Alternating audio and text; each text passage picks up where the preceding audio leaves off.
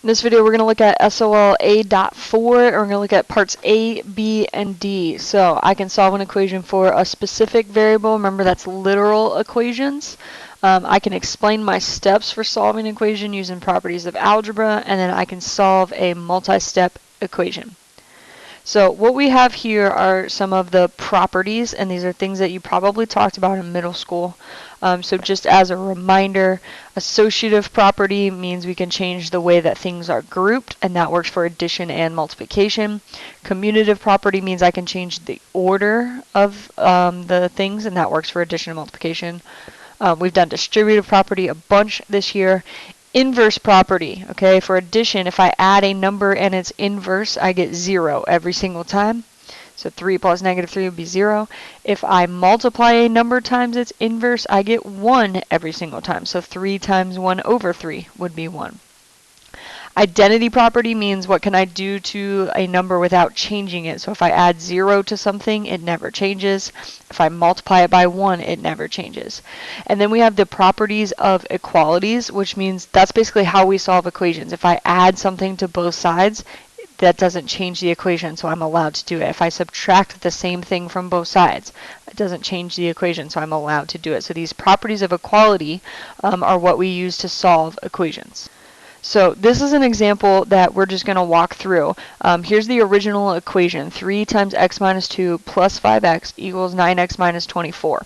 And this kind of walks through step by step how you would solve this equation and your justification, or what property we're actually using. Okay, we've done a lot of solving equations this year, but we haven't really talked about what properties we're using. Why can we do things and not other things? Why can I add 5 to both sides but not add 4 to one side and 5 to the other? So this is kind of a justification, what property we're using when we're actually doing the things that you've been doing all year long. Okay, so here's the original problem. Okay, and the first step, if we were going to solve this problem, the first thing we would do is distribute. All right, so we have 3x and minus 6, so they use the distributive property. Okay, then what they did here, we would have to combine like terms, right? Because I have 3x and 5x on the same side. What they did here in this problem is they actually moved it so that the 3x and 5x were right next to each other, and changing the order of things would be the commutative property. All right, then 3x and 5x combine to make 8x. That's just combining like terms. All right, now if I'm going to solve this, I have 8x minus 6 equals 9x minus 24. I need all of the x's on the same side.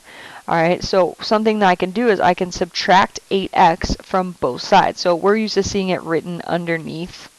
Okay, minus 8x minus 8x. They just wrote it horizontally, but it's the same thing.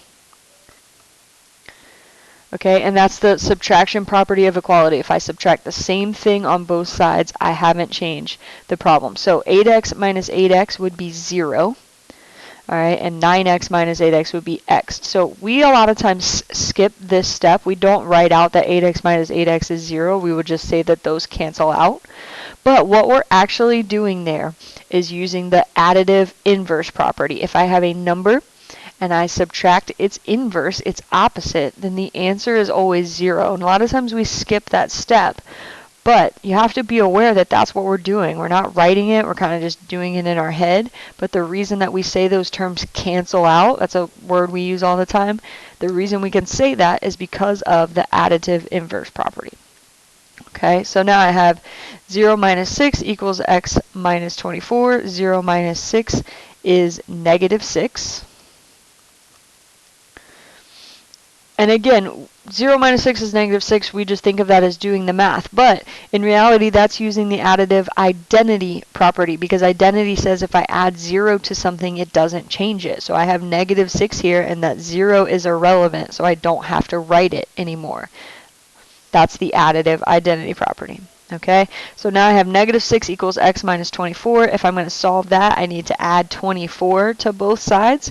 Again, we're used to seeing it written vertically when we solve things, but they wrote it horizontally, so they added 24 to both sides. Addition property of equality, adding the same thing on both sides. When I do that, negative 6 plus 24 is 18.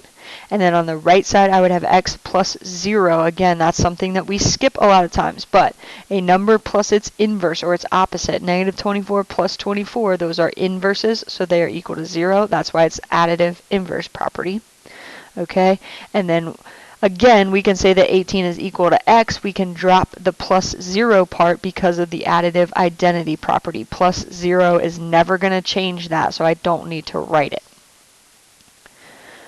I know I went through that really fast, okay? So maybe go back and watch it again, pause so that you can write things down. If you have questions about a certain step, maybe put a star there so you can ask about it in class. All right, here we have another example problem.